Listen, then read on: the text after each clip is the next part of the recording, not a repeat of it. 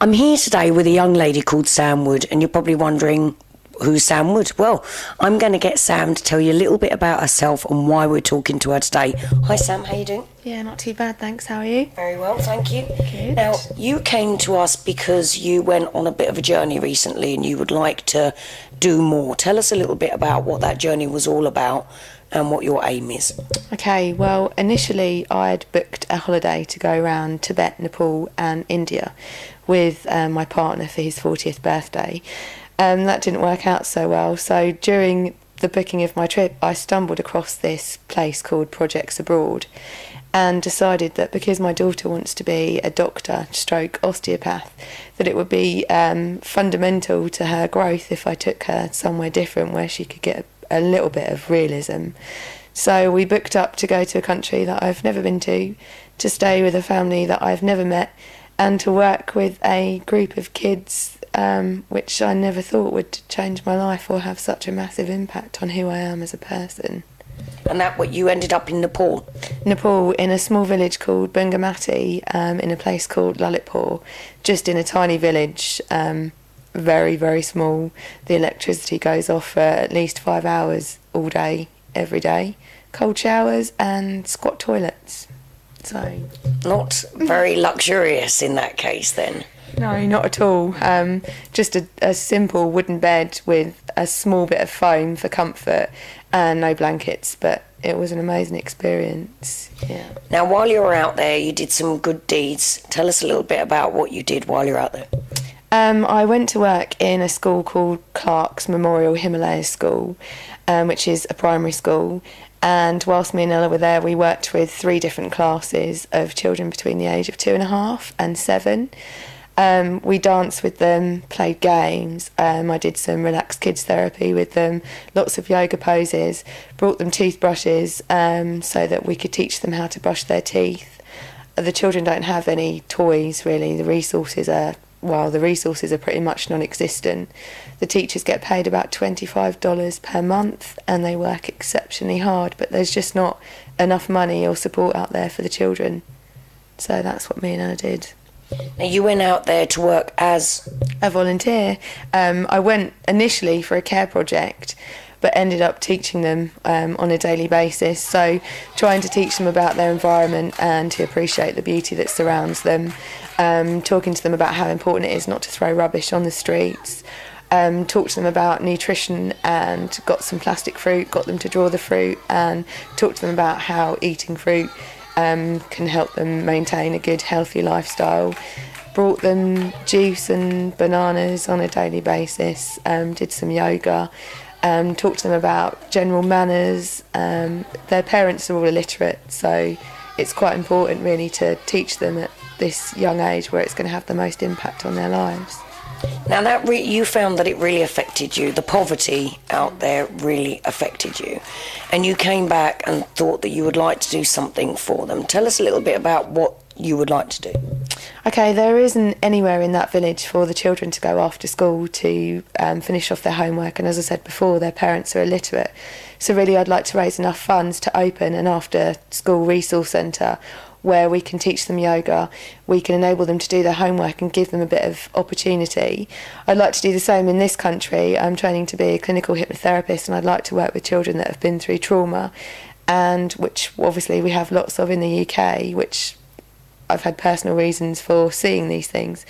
But I think, living with these children for the amount of time that me and Ella did, and the change and inspiration that they've had on my life, knowing that every day they wake up and they have nothing, no shoes, no socks, no books, no toys, absolutely nothing, and yet they manage to smile. And it makes you realise how much you have when you come home and how much you take for granted.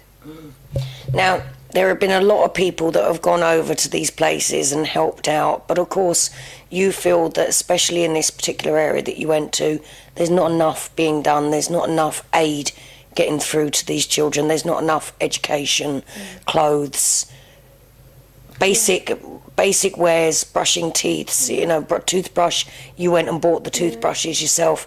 You don't feel that enough is being done? No, I don't. I think, there are lots of charities out there really, but the majority of charities that you speak to, do you actually see where the funds go to?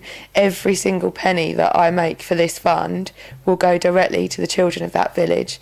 I'm hoping to get sponsored flights so I can actually go and deliver the things myself that we managed to gain on the 15th of December.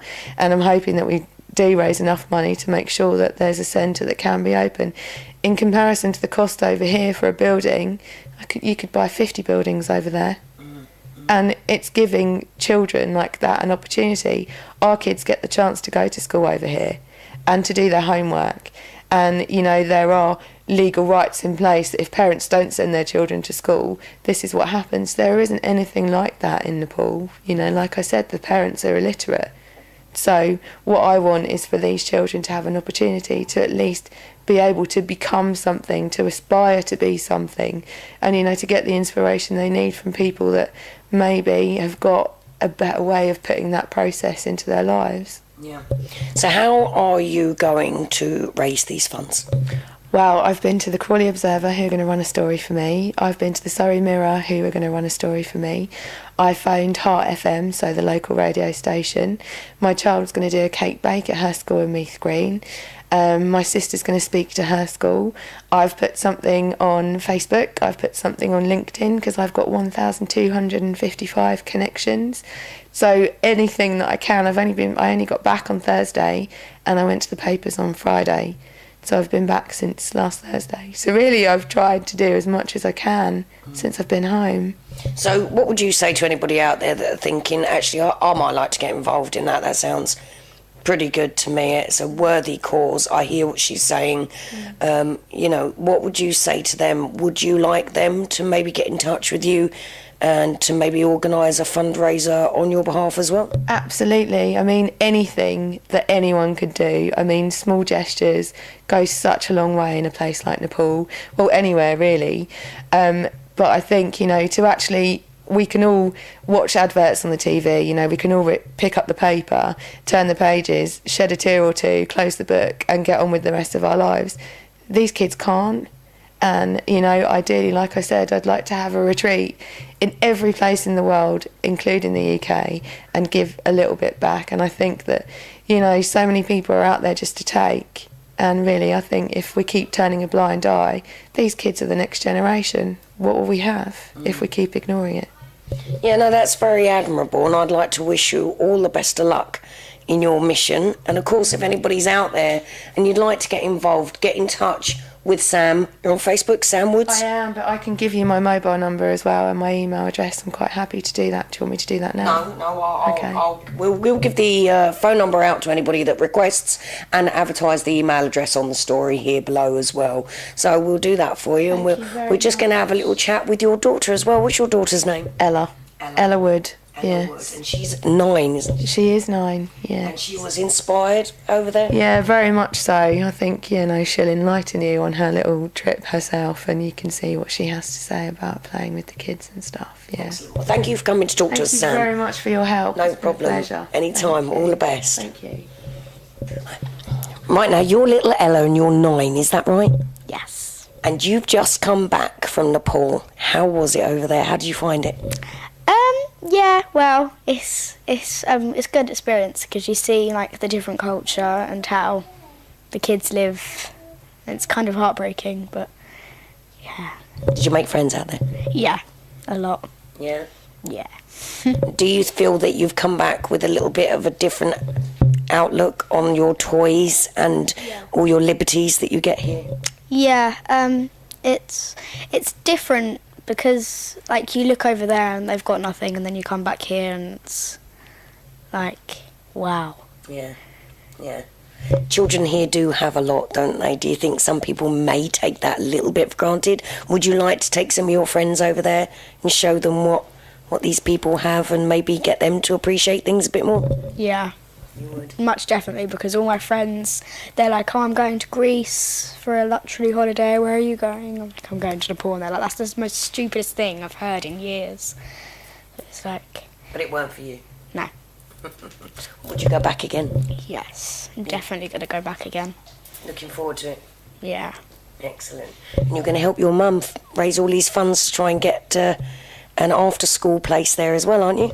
Yeah, like I'm gonna do a cake bake with my best friend Tilly. We're gonna do a cake bake with all my friends, just me and her. Yeah, and she wants to do some kind of fundraising for the British children. I don't know. I want to do it for them because they're quite very special to me. Well, it's what's close to your heart that matters, and the passion that goes with that will obviously help you raise all that money, won't it? Yeah. Excellent. Well, you're back to school again next week, aren't you? Yeah.